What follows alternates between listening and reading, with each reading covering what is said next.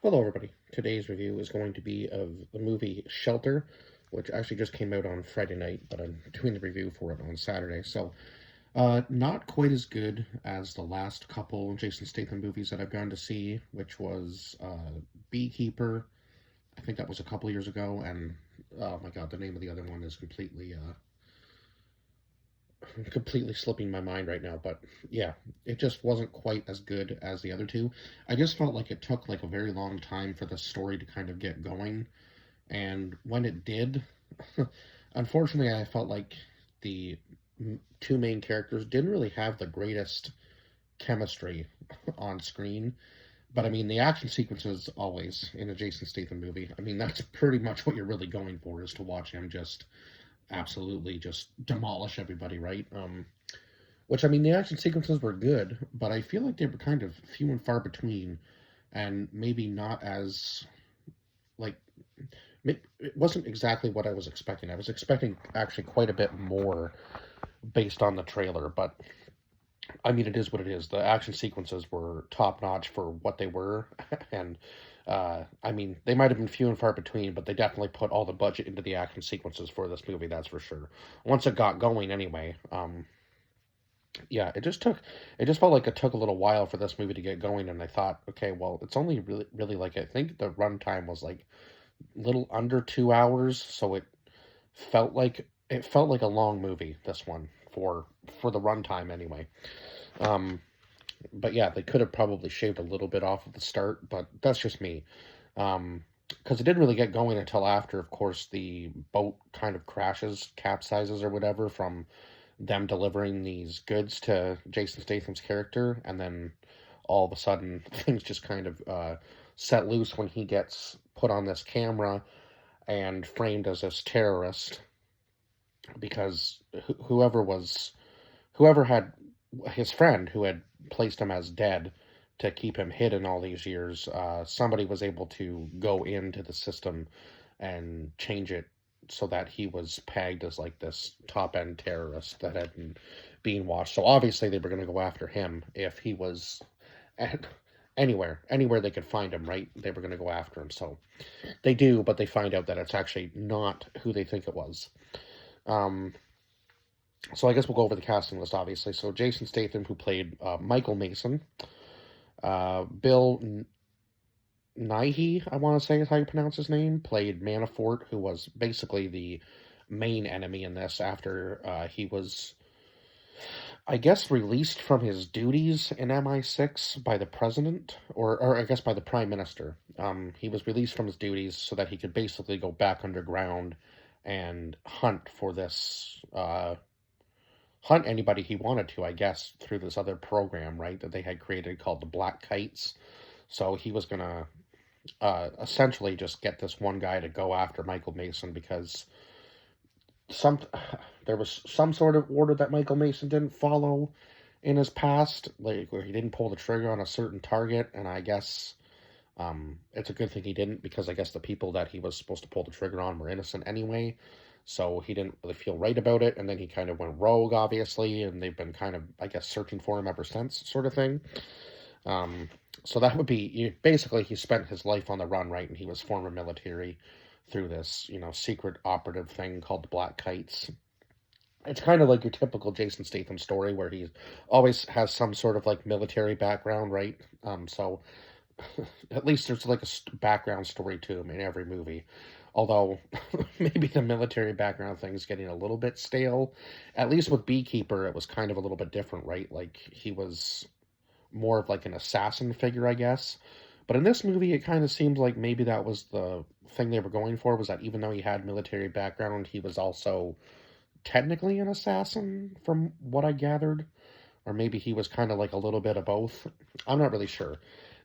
There was parts of the story that were kind of confusing to me, but I guess it is what it is with, uh, yeah, with these kinds of movies. You're more in it for the action, right? And the final scene was a little bit brutal, but I guess he's kind of been making it a little bit more brutal with each movie, right? It kind of makes sense. So we had Daniel Mays as Arthur Booth, who was his friend there that he was gonna take the girl that he was, unfortunately her uncle had died in the boat crash there, that he was able to save her at least.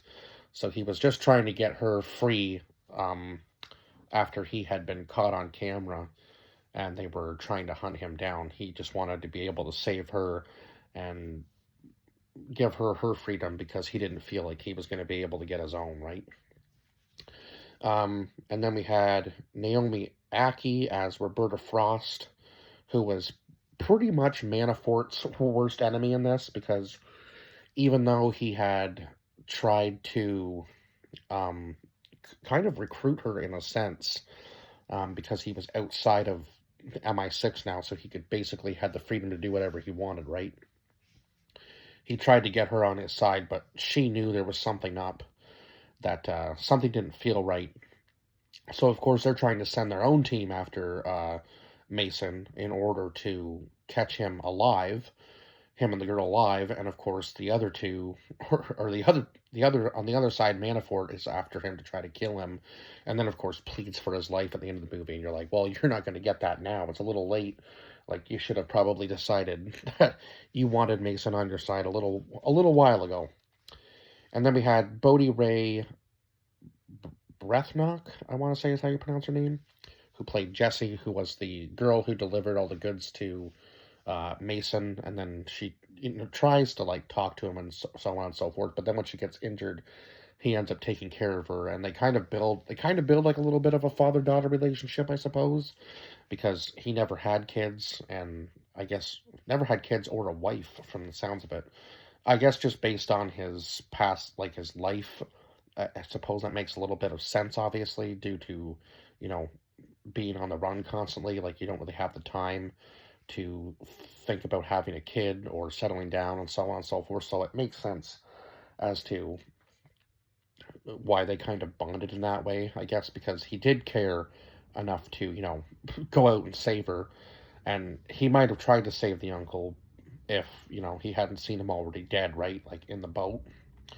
But yeah, I guess he kind of, you know, decided that he couldn't save them both, so save one of them and, you know, kind of sacrifice the other one, because if he tried to save the uncle, it would have just been her alive, and that might not have been the best, just based on, you know, obviously the waves coming in the ocean, and she was still technically knocked out, right? He had to, like, do the whole CPR thing on her to bring her back so that she wasn't choking on water.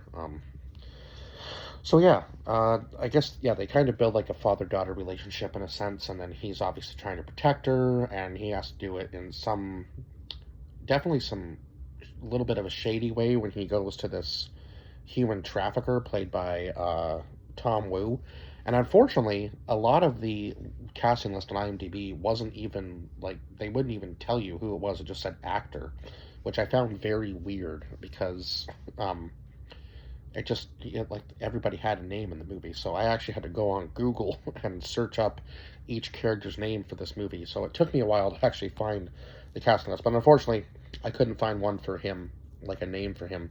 But he was a human trafficker, and he was able to get Jessie these papers or whatever to get her out of, I think it was London that they were in at that time, because they started in the Scottish Isles, which is where he had this lighthouse that he had been hiding out in for years, on this little island. And of course, when they find him, he has to leave the island. Unfortunately, his dog gets shot in the movie, so it's kind of like one of those things where it's just like for shock value, really, in the movie. But again, I guess, how is he going to get his dog off the island, sort of thing? So I guess it was kind of like a collateral damage sort of thing for the storyline, in a sense. But also, he could have just taken his dog on the boat, so I don't know really what I'm saying there, because, but then again, maybe the dog would have drawn too much attention to them. I'm not really sure. But the dog did seem really well trained. Like, it seemed like a military dog. Like, it followed him every time he got up off the couch or the chair. Every time he moved around, the dog would follow. And then, of course, it attacked the guys when they were coming into the house, right? So it makes sense. Unfortunately, the dog got shot due to the fact that it attacked the one guy, and he was able to retrieve his pistol. And unfortunately, yeah, that was just a it was just kind of like a collateral damage thing, I guess, in the storyline. But if you're squeamish about that kind of thing, I guess maybe just close your eyes for that scene or skip the movie entirely. But other than that, like as far as the action sequences went, they were good. Like the hand to hand combat was great. Now, some of the special effects were a little lacking in this film. Not nearly as bad as some of the previous ones I've seen. Like Expendables 4 was somehow really bad for the CGI. I don't know why, because like the first three movies seemed like they were really high budget and great, and then the fourth movie kind of seemed to focus more on the storyline and less on the graphics. But I mean, I feel like they could have done both for that movie. But I just felt like Expendables 4 was definitely more of a Jason Statham movie, so that's kind of why I'm making the comparison between the two. But yeah, some of the special effects in this movie looked a little off. But I mean, compared to compared to Expendables 4, it was not even close. But yeah, I just wanted to kind of touch on that, I guess. And then we had Brian Vigier, who played James Workman, who was the other, I guess, the new kind of like kite agent that Manafort was trying to bring in to obviously kill the girl and Mason because he just wanted to wipe them out, right?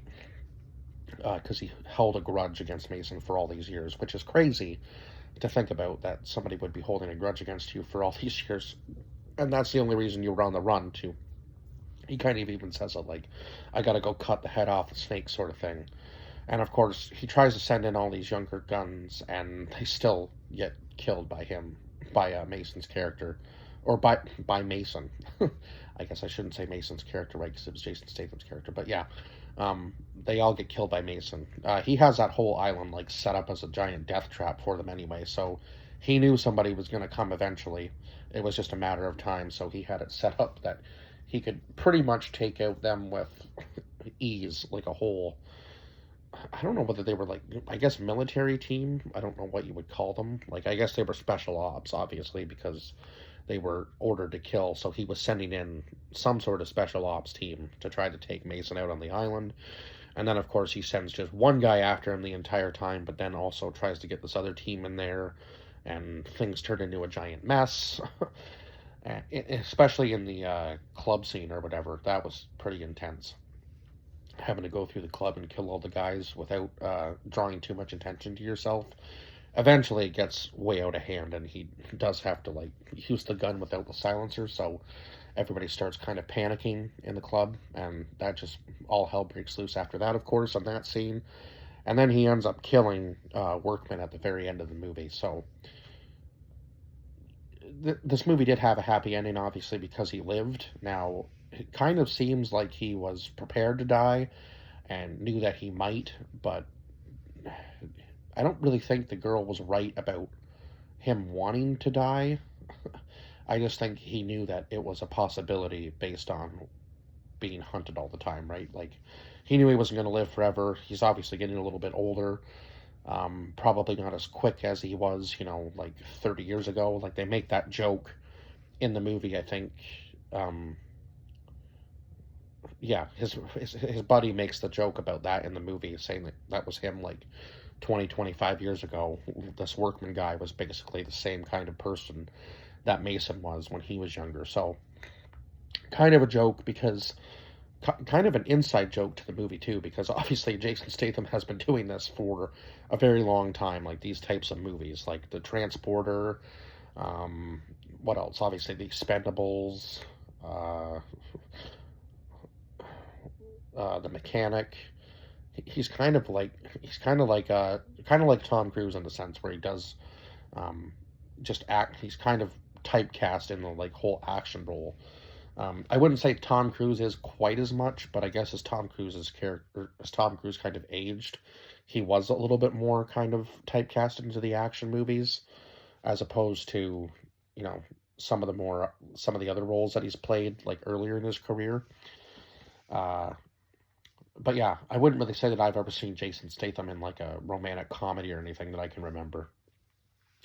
But yeah, Thea, I wanted to touch on, I guess, the technology, the AI technology that M16 was using. So it was called Thea, which was an AI surveillance system, which was supposed to be like top-notch technology, so they could basically hack into any camera, like car camera, uh, street camera, CCTV sort of thing, like any camera that could catch or capture an image, they could hack into. And Manafort was even able to erase some of it, depending on how fast he was. And then, of course, he gets blocked out from the Thea system, so he isn't able to do that anymore. And now he's kind of got this battle of these two teams between him. And then, of course, at the very end, again, he pleads for his life, and Mason just shoots him. And so the happy ending is obviously Jesse gets away, and Mason lives, and he I think he wants to be able to see her again, but he also wants to keep her safe at the same time. So if he gets like too close, he can't see her. So he hands her this chess piece at the very end of the video, or at the very end of the video, at the very end of the movie, because in when they're in the house together and she has the hurt ankle or whatever when they're on the island, she checks him in chess. So he finally says, like, I have a formidable opponent. So the chess piece was symbolic to that at the very beginning of the movie, um, or I guess closer to the start of the movie. Yeah. So he gives her that so that I guess she can always, kind of have like a piece of him with her, sort of thing. So they always have a connection. But I don't think he's ever going to, want to go like be in the same place with her for too long, right? Again, because that could potentially put her in danger, because he's still possibly on the run, despite you know despite everybody that thinks he has to kill is dead, because you never know. Obviously, I think MI6 is still probably going to be after him after he's taken out a former MI6 agent. I would think that he's still probably going to be hunted. Now, will there be a sequel to this movie? I don't know. I feel like they pretty much ended it off on a good enough note that we don't really need a sequel to this one. All right, now the Jason Statham movie that I am looking forward to is Beekeeper 2, because oh my god, that one was great. That one I gave a 10 out of 10 to. This one, 7 out of 10. Didn't quite like it as much as the last two Jason Statham movies I've gone to see, but I guess not every single movie can be, a perfect 10 out of 10, obviously. So, and yeah, uh, I was just a little bit more critical about this movie because I felt like the story was quite slow, and then some of the acting was a little off between the two of them when they were on screen together, like Mason and Jesse, because she seemed strong throughout most of the film, and then near the end, they tried to make her look weak again, and I was like, okay, this doesn't really do anything for her character development, because she's kind of been building as she's getting stronger through the film, and then all of a sudden she's crying now because she has to leave him. Like, I guess I get it to a sense, but I wouldn't feel like she would be quite that sad about it near the end, because she would feel like by that point that, Mason could survive just based on everything they've been through to up to that point. But that's just me. Anyway, I've rambled on now for long enough, I think. So I will see you guys in the next review. Bye bye for now.